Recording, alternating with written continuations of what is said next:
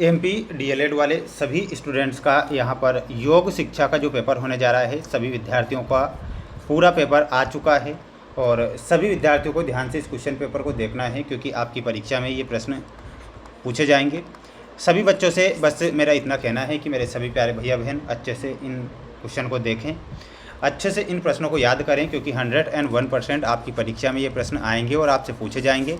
तो बिल्कुल भी आपको पेपर को मिस नहीं करना है और अच्छे से इन सभी प्रश्नों को याद करना है क्योंकि ये प्रश्न आपकी परीक्षा में आ रहे हैं। चैनल पर जो बच्चे हमारे साथ नए जुड़े हुए हैं, मेरे सभी प्यारे भैया बहन चैनल को सब्सक्राइब जरूर करके रखें और इन प्रश्नों को याद करके ही जाएँ क्योंकि परीक्षा में ये प्रश्न पूछे जाएंगे, इसलिए एक भी क्वेश्चन छोड़कर नहीं आना है।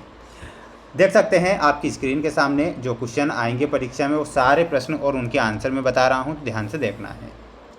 क्वेश्चन नंबर फर्स्ट आपसे पूछा जाएगा कि सही विकल्प चुनकर लिखिए में सूर्य नमस्कार को कितनी स्थितियों में बांटा गया है। तो प्यारे विद्यार्थियों, सूर्य नमस्कार की जो स्थितियाँ होती है वह कितनी होती है। ऑप्शन आपको दिए जाएंगे 7, 9, 11 या फिर 12। तो इसमें आपको ध्यान रखना है सूर्य नमस्कार के 12 स्थितियाँ होती है, तो 12 स्थितियों में सूर्य नमस्कार किया जाता है, ये आप यहाँ पर ध्यान रखेंगे।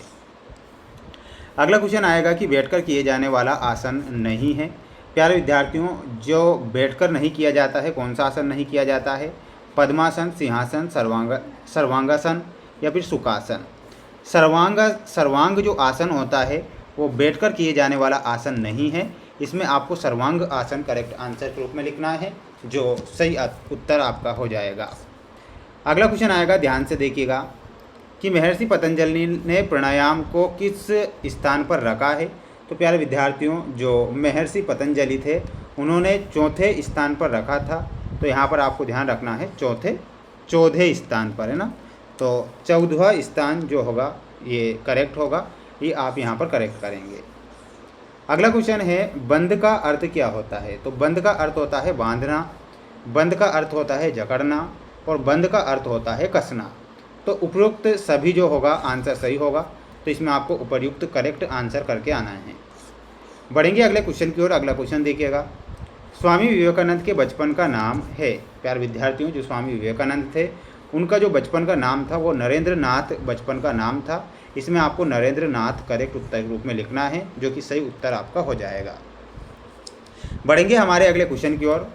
सभी विद्यार्थियों को पूरा पेपर ध्यान से देखना है और अच्छे से इन क्वेश्चन को याद करके ही जाना है क्योंकि परीक्षा में ये प्रश्न पूछे जाएंगे, ये आपसे मैं बार बार कह रहा हूँ। जैसे कि आप देख सकते हैं, दूसरा क्वेश्चन और तीसरा क्वेश्चन 2-2 नंबर में पूछा जाएगा, तो ध्यान से इनके आंसर देखिएगा। जैसे कि धनुरासन की प्रभावशीलता लिखिए, बंध के किन्हीं 2 प्रकारों को परिभाषित कीजिए। तो ध्यान से इनके आंसर देखना है और समझना है। आंसर आपकी स्क्रीन के सामने आ चुका है कि धनुरासन की प्रभावशीलता क्या है। तो इसमें आपको लिखना है, धनुरासन शरीर के लिए अत्यंत लाभकारी है। इसकी मुख्य प्रभावशीलता निम्नलिखित है। तो देखिएगा, इसकी प्रभावशीलता जो होती है धनुरासन की, इसमें आपको लिखना है रीढ़ की हड्डी में लचीलापन आता है या रीढ़ की हड्डी को मजबूत और लचीला बनाता है। पाचन में सुधार होता है, पेट के अंगों की मालिश होती है जिससे कब्ज और अपच जैसी समस्याओं में राहत मिलती है। वजन घटाने में सहायक होता है धनुरासन, यह पेट की चर्बी को कम करने में मदद करता है, तनाव भी कम करता है। तो एक पॉइंट आपको ये भी लिखना है, इसका आप एक स्क्रीनशॉट ले लीजिएगा। एक होता है श्वसन प्रणाली, तो इसमें लिखना है छाती के विस्तार से फेफड़ों की कार्यक्षमता बढ़ती है जो अस्थमा के रोगियों के लिए लाभदायक है। तो ये पॉइंट भी आपको लिख कर आना है। वहीं तीसरा क्वेश्चन है कि बंध के प्रकार बताइए। योग शास्त्र में बंध का अर्थ बांधना या रोकना, यहाँ किन्हीं 2 प्रमुख बंधों की परिभाषा दी गई है, यानी कि 2 प्रमुख जो बंध की परिभाषा है वो दोनों परिभाषा देख लेना है। एक होता है जालंधर बंध, तो दूसरा होता है उड्डयन बंध। जालंधर बंध में आपको लिखना रहेगा कि इस बंध में ठुड्डी को छाती के ऊपरी भाग कंठकूप से सटाया जाता है। यह थायराइड ग्रंथि को संतुलित करने और मानसिक शांति के लिए प्रभावी होता है। उड्डयन बंध में आपको लिखना है, इसमें सांस बाहर निकालकर पेट की मांसपेशियों को अंदर और ऊपर की ओर खींचा जाता है। यह पाचन शक्ति बढ़ाने और पेट के रोगों को दूर करने में अत्यंत सहायक है। तो ये दोनों आपको पॉइंट लिख कर आना है, ध्यान से इन्हें देख लीजिएगा। सभी विद्यार्थी जो हमारे साथ नए जुड़े हैं, सभी मेरे प्यारे भैया बहन वीडियो को लाइक कर चैनल को सब्सक्राइब जरूर करें। चौथा क्वेश्चन और 5वां देखिएगा, योग मुद्राओं के मुख्य प्रकार लिखिए। योगासन की 3 उद्देश्य लिखे। तो ध्यान से इनके आंसर आपको देखना है और समझना है। देखिएगा चौथा क्वेश्चन था कि योग मुद्राओं के मुख्य प्रकार। तो योग मुद्राओं को मुख्य रूप से 5 श्रेणियों में बांटा गया है। तो पांचों श्रेणियां कौन कौन सी है, ध्यान से देखिएगा। एक श्रेणी होती है हस्त मुद्रा, एक होती है माना मुद्रा, और एक होती है काया मुद्रा, और चौथी होती है बंद मुद्रा। तो इन चारों मुद्राओं का आप एक स्क्रीनशॉट ले लीजिएगा। पांचवी जो मुद्रा रहेगी वो कौन सी रहेगी, आधारा मुद्रा। तो इसका भी आप स्क्रीनशॉट लेकर इन प्रश्नों को याद करके जाएंगे। वहीं अगला क्वेश्चन आएगा, ध्यान से देखिएगा कि योगासन के कोई 3 उद्देश्य लिखिए।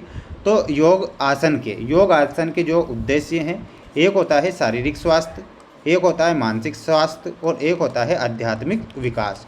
तो आपको योग आसन के ये मुख्य उद्देश्य लिख कर आना रहेगा। आप इसका भी क्या करें, एक स्क्रीनशॉट ले लीजिए। इसके बाद देखिएगा माय डियर फ्रेंड्स, आपका ये अगला क्वेश्चन है स्क्रीन के सामने, जो कि आप सभी विद्यार्थी देख पा रहे हैं। आप सभी प्यारे भैया बहनों को क्या करना है, इन प्रश्नों का स्क्रीनशॉट ले लो आप, है ना। और आप है ना चैट जीपीटी से के माध्यम से भी इनके आंसर निकाल सकते हैं। बिल्कुल सिंपल तरीका है, और आप इन सभी का एक स्क्रीनशॉट ले लीजिएगा। चैनल पर नए हैं, चैनल को सब्सक्राइब जरूर करके रखना है, और अच्छे से प्रयास मेहनत करना है, जिससे कि परीक्षा में अच्छे नंबर आपको मिल सकें। सभी प्यारे भैया बहन चैनल को सब्सक्राइब जरूर करके रखें। आपके लिए प्रयास और मेहनत जो कि लगातार मैं करूँगा, ये मेरा आपसे छोटा सा वादा है। मिलते हैं नेक्स्ट वीडियो में। जय हिंद।